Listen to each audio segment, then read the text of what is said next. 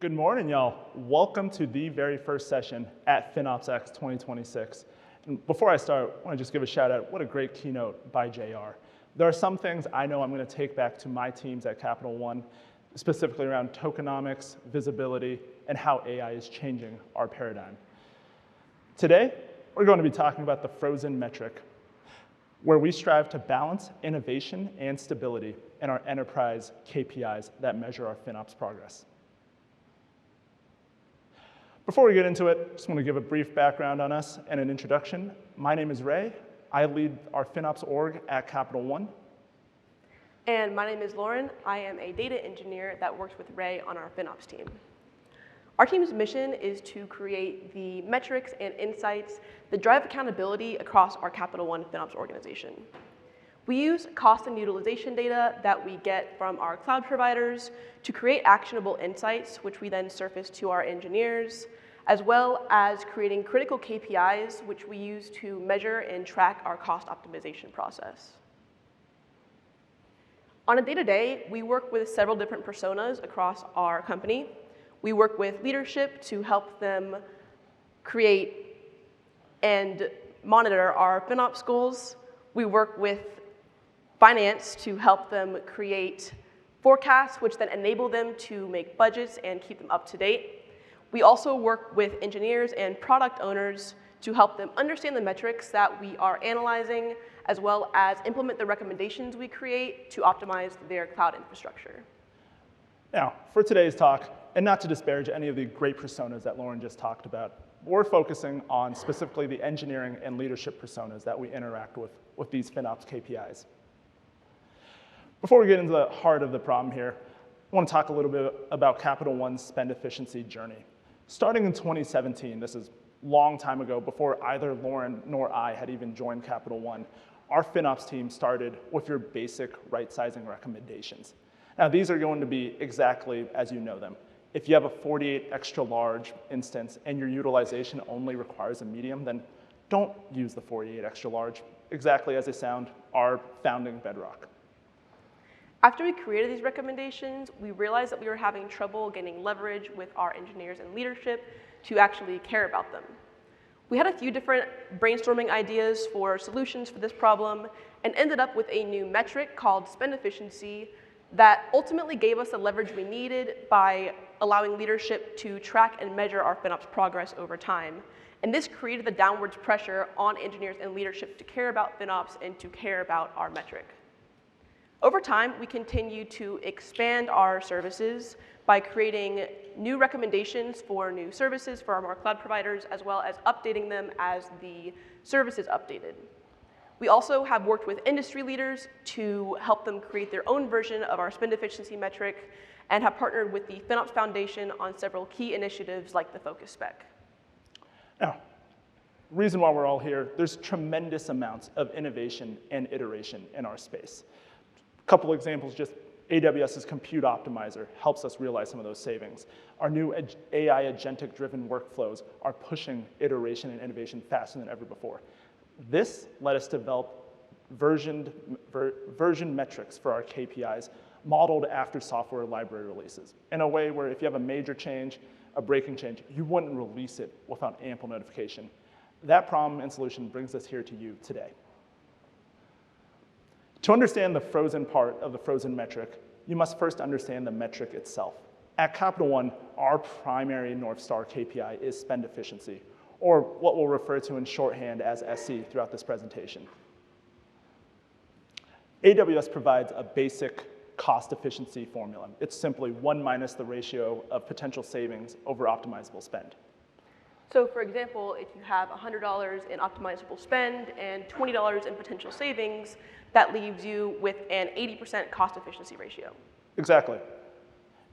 Based on that equation, it's a rather simple mathematical formula. But when we think about it as an application team, what might cause that efficiency ratio to go up or down? Well, if you delete a piece of infrastructure that you have in your code, that's going to reduce your total optimizable spend, which could adjust it either way. And if you maybe realize a recommendation that your FinOps team gives you and optimize your infrastructure, then that's going to reduce your potential savings and also reduce or improve your cost efficiency. That's exactly right. This workflow is the standard FinOps workflow, right? We want our application teams to take right-sizing instances and match their utilization profile with what resources they're actually provisioning. That will drive realized savings and help us maximize our performance to spend value.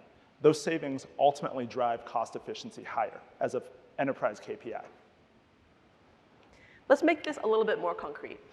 Say we have a team that's using an R8i 4XL instance, and based on their metric and utilization data, we determine that they should really be using a 4.8i medium instance. With the 4XL, let's call their total optimizable spend across all their infrastructure $100. The potential savings from realizing this change might be $20, and that puts their current cost efficiency at 80%. Now let's say that they have right-sized their infrastructure, and now they're using that R8i medium instance. Their potential savings has dropped down to 0 since this was the only recommendation we had for them. Their total optimizable spend drops to $80 to reflect the savings that they are now realizing, and their cost efficiency is at 100%. Keep in mind that although their optimizable spend decreased to 80, the real driver in the increase in cost efficiency is the potential savings. This is because we're not trying to say as a FinOps team that you can't have any cloud spend. What we're really trying to focus on is that your spend should be optimized and efficient in your cloud infrastructure. And so because of that, this is the primary driver of the cost efficiency metric. Now, while all that is a great start, that raw number and equation doesn't account for Capital One's business context. Spend efficiency is custom to Capital One, as is I'm sure your KPIs are custom to your enterprises. That's what makes it powerful, yet fragile under change. For that, we take in several factors here that influence our business context. First one being we use the actual billing rate to report a proper number. We have several concepts also like application tiering. If you think about it, your Capital One app on your phone that you use to make payments, book travel, anything else you might do with that app, that's mission critical. That should be treated differently than your developer's vibe-coded proof of concept app that's living in a sandbox. We take that into account for multi-regional tenancy and resiliency. Then we layer in robust data enrichment so we can properly charge back spend to the actual application teams and users using them. And we have heavy metric logging to capture capacity management and make sure we're utilizing the right resources. Now that we understand the metric, let's talk about our problem. In order to be a useful KPI, spend efficiency needs to be relatively stable so that leadership can create goals and track them over time. But updating our recommendations is going to inevitably affect the underlying algorithm that creates our metric. How do we balance these two needs? Now, some of you might be asking the same question that we receive pretty regularly in our team's help channel, which is, if we've already created the recommendations, why do we need to change them? And this leads us into our idea of metric drift. Metric drift, this term, encompasses the idea that as cloud providers upgrade their services, our old logic is going to become blind to the new efficiencies that these upgrades require or allow for. Now, the engineering lifecycle itself brings forth many of these changes, right? Think about AWS introducing a new GP3 volume, new Graviton chip, or even just this year's generation of instances from an M5 to an M6 to an M7 and so forth. All those subtle changes affect the underlying algorithm. Right. And if we keep our metric static, it's going to eventually underestimate the true potential efficiency that we could be achieving if we had upgraded our services. And so in order to do that, we naturally need to upgrade our recommendations in order to recapture this hidden data. Now, all those changes we've talked about right now are cloud provider-driven changes, right? What if we as a FinOps team wanted to update the way we handle right-sizing recommendations, which changes the formula? How do we expand our algorithm with that in mind? These bigger changes are going to have an even bigger problem for stability. For example, adding recommendations for a new service is going to have a much larger impact that engineers and executives loathe since they're beholden to these KPIs, which are suddenly shifting underneath their feet.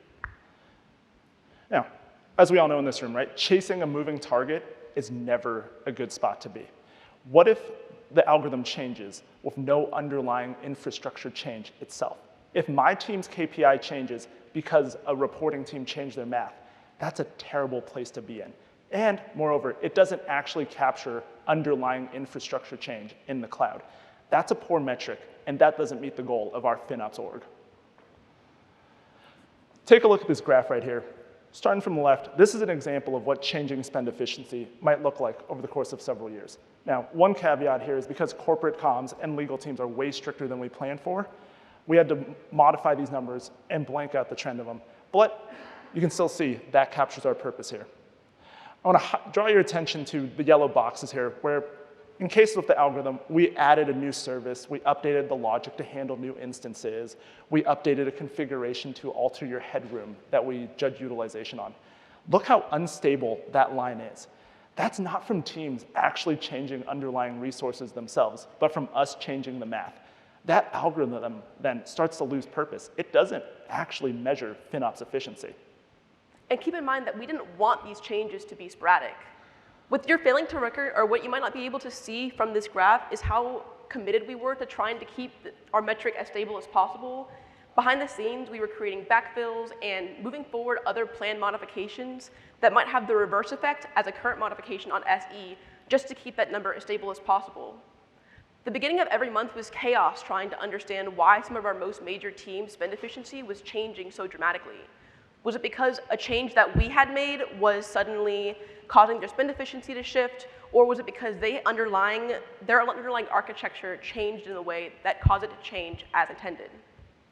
Eventually, this chaos forced us to recognize that there was something wrong with the way we were upgrading our spend efficiency metric, and forced us to think critically about how to improve the stability of our metric. Now, these algorithm changes, they go both ways, right? Think about it, a positive change. If your team's grade on SE jumps up 10%, that's largely a good thing. People don't question a good thing. It's like being graded on a curve in school. What if the opposite effect happens? Your application team's spend efficiency was a 75%, now it's 60-something. That creates a lot of negative friction. And us as a FinOps org, we became public enemy #1 in those cases, which destroyed our credibility.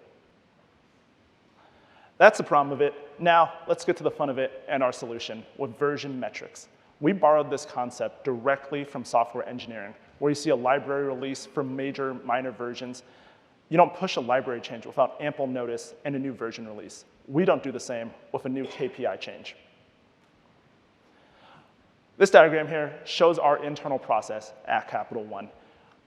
We have multiple spend efficiency versions that start off in a test environment. These are internally visible experiments for our engineers to test new services, new right-sizing recommendations, or just an updated configuration with ample regression testing gates and processes to make sure we're producing proper FinOps right-sizing recommendations.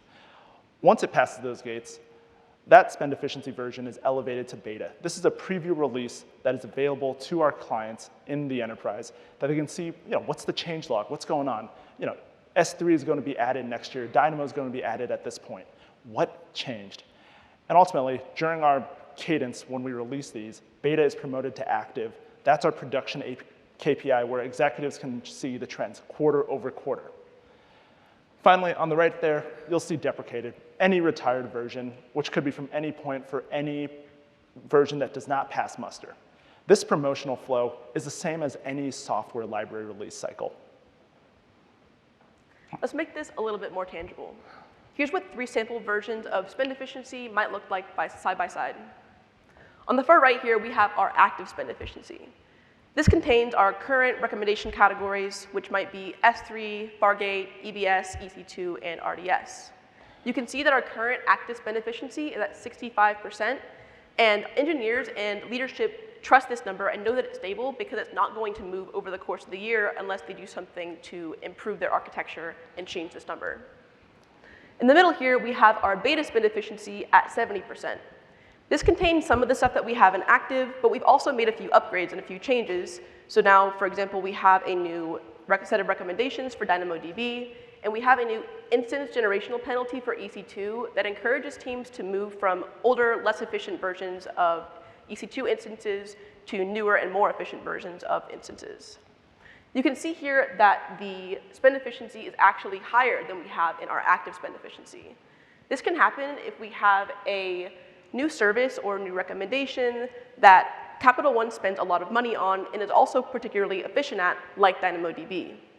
It can certainly be the opposite as well if the recommendations capture more optimization opportunity, which is just a fancy way of saying that we're not doing a great job currently and we're not very efficient currently and we have more ways to go. Finally, let's look at our test spend efficiency on the far left. This has some of the stuff from active, some of the stuff that we're just testing, but essentially is an internal sandbox that we can perform regression testing and just perform experiments with, and only our FinOps team sees it. So there's no external customer impact, and our team doesn't have to worry about what would happen if teams saw this number, since they only will put stuff into beta and see stuff in beta. The key point for all of this is that at no point did anyone's committed KPIs change unexpectedly. Now let's talk about why visibility is so crucial to making this work. The versioning model can only succeed if people actually can see what's coming. From an engineering perspective, transparency is everything. The active spend efficiency version allows engineers to know exactly what recommendations are available to them, and it helps them understand how these recommendations feed into their team's KPIs. Now, similarly in that regard, having visibility into the beta KPI metric is important because it allows engineers to right-size preemptively. And moreover, it creates a positive feedback loop for us. Ultimately, it makes our active spend efficiency release on our cadence better because we've partnered with engineers. Those right-sizing recommendations have been taken live in production environments. Shifting to the executive perspective here, that active KPI, the benefit of being unchanged throughout the course of the year is that it is a stable benchmark. Your reporting is accurate now because no changes were made mid-cycle that might change your bar or what your target is. Those numbers are trustworthy and properly usable by executives. Likewise, our beta KPI serves 3 key executive needs. The first of these is bridge reporting. We've talked about bridge reporting a little bit so far in an unofficial sense, but what this is it allows us to communicate with leadership and with our customers broadly to help them understand what is changing and why. So for example, let's look at this table down below. You can see our active spend efficiency is at 65% and our beta is at 70. This allows leadership to understand where the metric is heading so that they can ask questions and be informed as to what we are changing, why we're changing it, and they can trust our numbers accordingly. But let's look at this third line here that we haven't really talked about yet. Your team's next year forecast for beta is at 50%. This is the risk mitigation value. This allows teams to understand exactly where their team's spend efficiency is at before it becomes official, so that leadership can invest capacity into remediating that number and to improving it before they're being graded on it. Finally, we have KPI planning. Having a beta spend efficiency allows leadership to use the beta spend efficiency when they're planning their metrics for next year and their goals for the next year, so that they're not scrambling at the end of the year to modify them once the new values are released. This is what our annual release cadence looks like. For Q1 and Q2, we have a lot of changes that we put into place, and all of these changes, from creating new recommendation categories and updating existing ones, all of these are put into our test and then later our beta versions as they go through the product lifecycle. Over time, we also have a couple of minor releases that we might release, but keep in mind, as to what Ray was saying earlier, as stuff is in beta, we are able to communicate with engineers and keep monitoring it over time and get feedback on it. So typically, any beta version or any minor releases that we might have will go into the beta version and be fixed in beta. And so we have very few releases after we promoted something to active. Now, with all these changes that Lauren's talking about, our biggest challenge is actually how do we keep the enterprise aware? It's not the technical challenge of creating right-sizing recommendations or incorporating them into our KPI that's the problem. The biggest issue is really the people issue, and how do we unite the enterprise in understanding? Right. And because of that, in Q3, although we've had bridge reporting to help communicate with leadership throughout Q1 and Q2, Q3 is when we really start to push all of our communication out to leadership and to our customers so that they understand what is changing and why. We do this through email, Slack, abundance of meetings, And after all this has gone through and the entire organization is aware of what changes we're making and when it's going to happen, we start Q4 as we roll over to the new year with a new known stable metric. As active is deprecated, the old beta becomes a new active, and we start the new year off. Now, I want to draw your attention back towards that graph I showed at the beginning. Take a look now at the green box on the right side of the screen, where we've incorporated this spend efficiency versioning process. You'll note here that the trend is upwards and gradually, stably increasing, with one noticeable jump where the year flips into 2026. That's the impact of our release cadence. And moreover, this allows the KPI to actually realize its purpose. We know now that the efficiency gains in 2025 were directly due to underlying infrastructure changes. Those are actually resources impacted in the cloud that we've done better on or are more efficient on. That isolation allows this metric to actually represent its purpose. Now that we've talked about our problem and our solution, let's talk about how to handle the complexity of managing multiple data pipelines to support each spend efficiency version. With this, we're going to talk about how to balance code complexity with maintenance and risk in a typical FinOps crawl, walk, run fashion. And keep in mind that these patterns that we're going to introduce are not unique patterns that we have come up with out of thin air. These are very common industry patterns that are valid for many use cases, and we're just applying them to our spend efficiency. Our first pattern is our crawl pattern. And with this, we are going to create multiple single output jobs for each spend efficiency version. To do this, we're going to clone each job and each repository, as well as all the infrastructure, to create separate pipelines for each job. This allows us to have isolated development environments and isolated job runs, and is great for teams who are experimenting with version FinOps and version metrics for the first time. Although it's easy to understand, there is a lot of infrastructure involved, and this can come with several maintenance headaches. For example, if you have a piece of code in your active version that you realize needs to be updated because there's a bug and have to replicate that fix across all other versions. Also, running multiple consumers can drive up cloud costs, which as a FinOps team isn't exactly what we want if there's a better way to do it. As Lauren touched on, we're at an interesting intersection, right? We're both simultaneously the FinOps org, yet still a software development team. Ultimately, we want efficient, low-cost infrastructure. We can't be hypocrites to our own creed and mantra. And so in order to combat this extra cloud cost and extra infrastructure, we have our walk pattern, which is having one single multi-output job. With this, we remove any duplicated infrastructure by keeping all of our spend efficiency versions in the same pipeline. We separate out all of the initial data collection and manipulation, so we only run that once and deduplicate it. And we can separate out the different recommendation versions into different files or functions. With this, it reduces the maintenance overhead that we might have, as well as reducing the total cost of infrastructure. But it comes with its own set of problems. So for example, shared dependencies. If you have a dependency in active that needs to be upgraded for a new test version, you have to figure out how to manage this. Also, this infrastructure introduces a single point of failure. So if your test version fails, your entire job can fail. And while you can get around this, it requires extra engineering and configuration to keep your pipeline stable. Finally, we have our final run architecture. This is more geared towards very large teams who are upgrading incredibly quickly or are using real-time streaming data to create recommendations.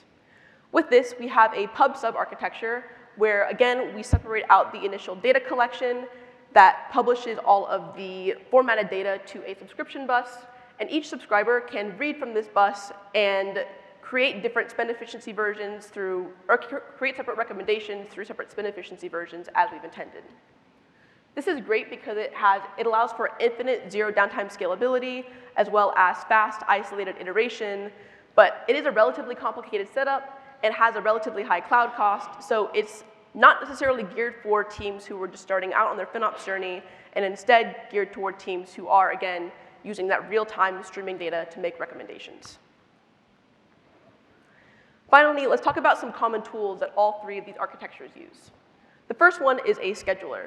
So the scheduler is going to tell the job when it actually needs to start, whether it's on a cron job, or which might be Tuesday at 4 p.m., or whether it is on an event basis, which maybe an upstream team publishes some data that you then are going to process.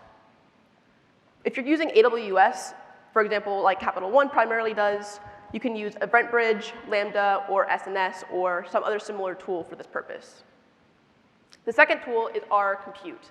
This is going to be the meat of the job that actually tells the infrastructure or tells the data to be manipulated and essentially creates the recommendations and the insights and the metrics that you are creating in each spend efficiency version. You can use Lambda, Glue, or EMR, or similar tools for this purpose. Finally, we have our storage. This is going to be the place that you store all the data after it is created. So if you're using a relational data set, you can use RDS or Aurora, or you can use DynamoDB if you have non-relational data that you're creating. The tools that you actually use are going to be based on the cloud provider that you're primarily using, as well as your budget and generally what works for your use case. Now, in obligatory conference fashion, we need to consider what's next. We've done it both for y'all as the audience and us as the FinOps team. We've created that simple mantra following crawl, walk, run, the FinOps principles, to help you bring these ideas back to your job. Starting from the basics, right? The first step here is to create a basic infrastructure following one of Lauren's patterns that allow you to run multiple KPIs in the same metric pipeline. Then, when we're up and walking, we want to create a promotional cadence and start communicating out those upcoming changes.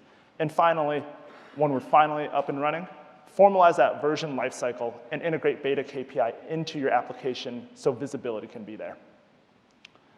As for us, our next steps with this KPI revolve around automation and shift left. It's a common complaint we hear from our engineers. They're inundated with tasks, their feature work, their side of desk work, looking into a vulnerability, anything else that might be taking up their time. Ultimately, right-sizing becomes one of their last priorities. We've realized that with our adoption of some of the right-sizing recommendations, and that's why we've pivoted to automation campaigns. These campaigns leverage our right-sizing recommendations to automatically handle some of these FinOps tasks. Spend efficiency, and this KPI, then becomes a reflection on how well we're doing, and not so much how well each individual application team is doing.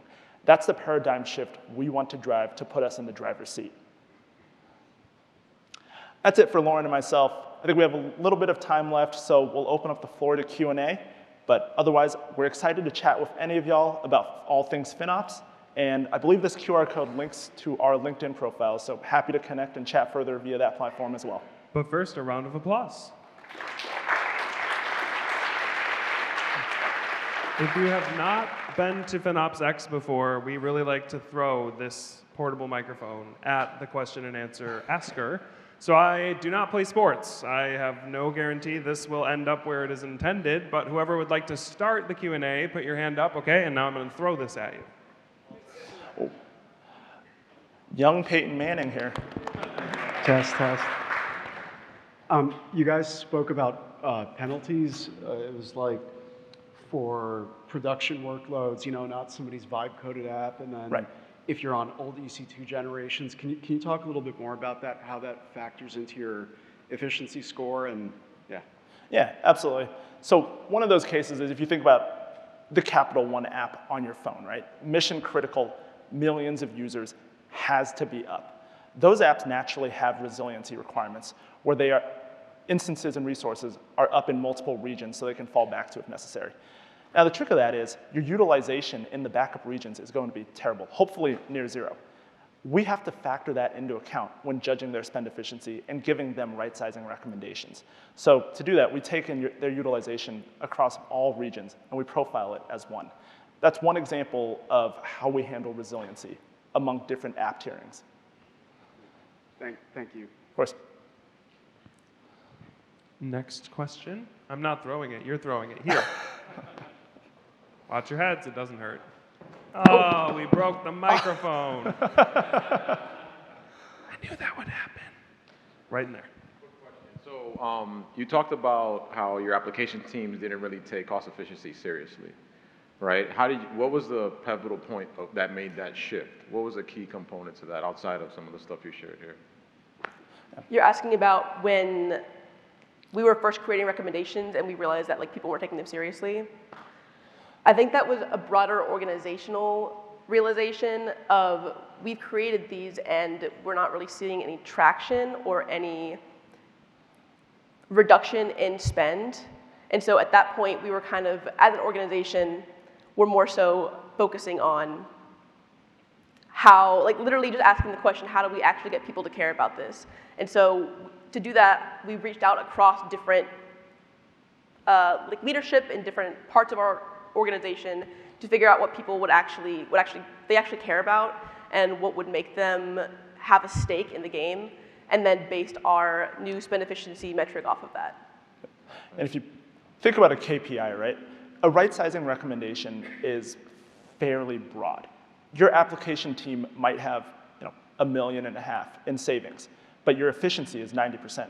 Other application team might have, 100,000 in savings, but their spend efficiency is terrible. You're looking at two different metrics and multiple things that get distorted, especially when they get up to your VPs and leaders and directors. Uniting them under one KPI allows both upwards and downwards pressure to our engineers and to leadership that's represented in one number. Got it. Thank you. Yeah. Get back here. So you're blending the best of both worlds, in my opinion, FinOps with development. I just walked in at the end and I caught that and I was like, wow, that's pretty cool. So how did you make that happen organizationally?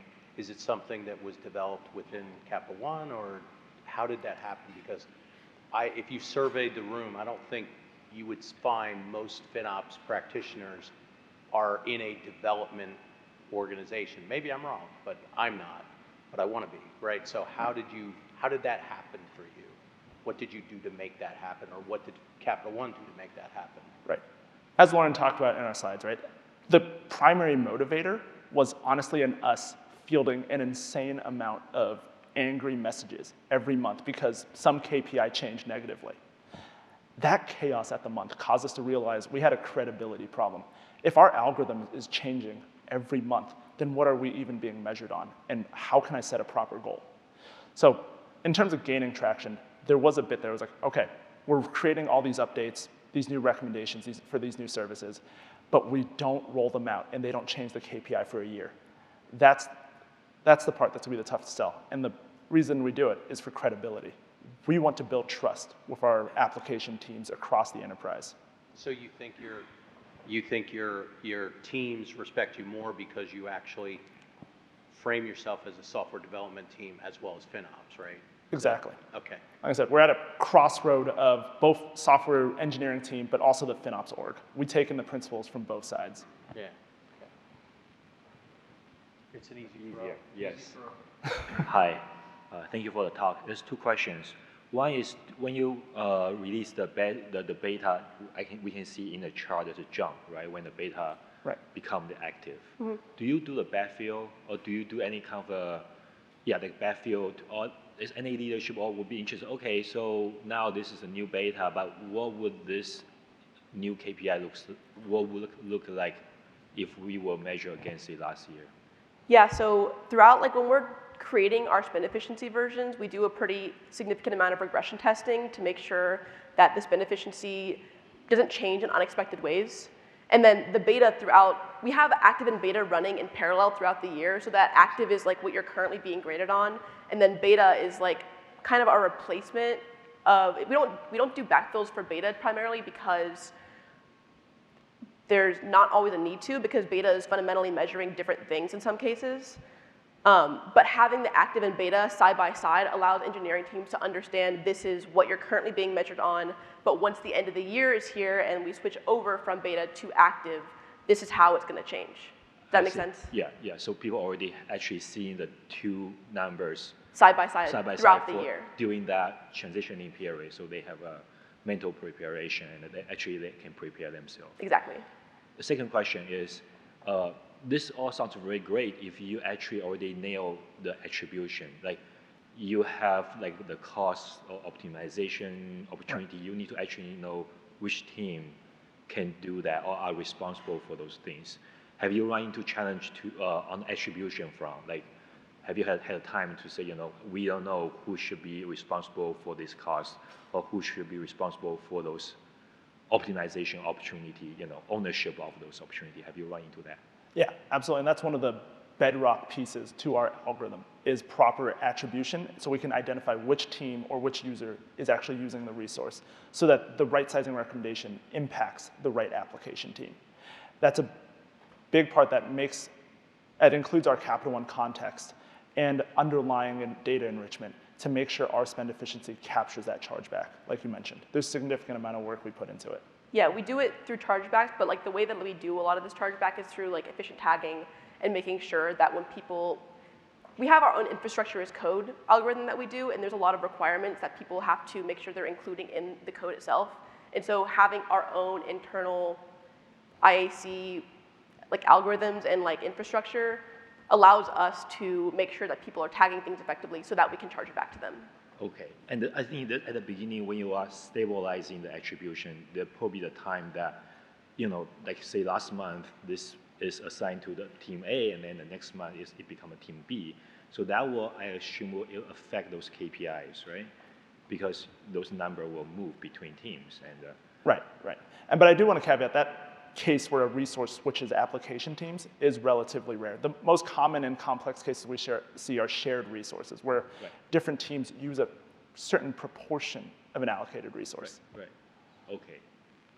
But it seems like you don't have a challenge about team pointing finger to each other because it's relocation happened, because that was caused by you. Yeah. Because you are doing the tagging, and then they will say, oh, you didn't do the tagging right, and then, oh, of course, they didn't do the tagging right, but you will be the team to blame, right?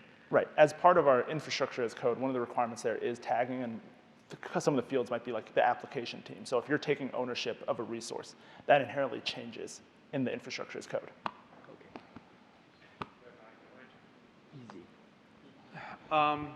Do you have multiple KPIs that you weight to get your efficiency score?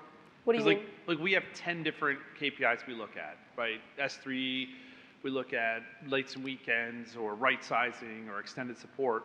So we have all of these separate ones, okay. But we're trying to consolidate them into one, right? Mm-hmm. So we could say, hey, overall you're at 70%. Sure. And here's the 10 detailed things. So how do you weight those, or do you go through by that? cost. By cost? Yeah, and so we have like a cost weighting system that essentially, I feel like it's pretty self-explanatory. It's just, we weight them by cost. Okay. You got to get it over there. I only throw it the first time. There we go. So my question is, all of the recommendations is like internal logic that you guys developed, or are you consolidating also advisories from like other tools? So like AWS advisory, how do you guys?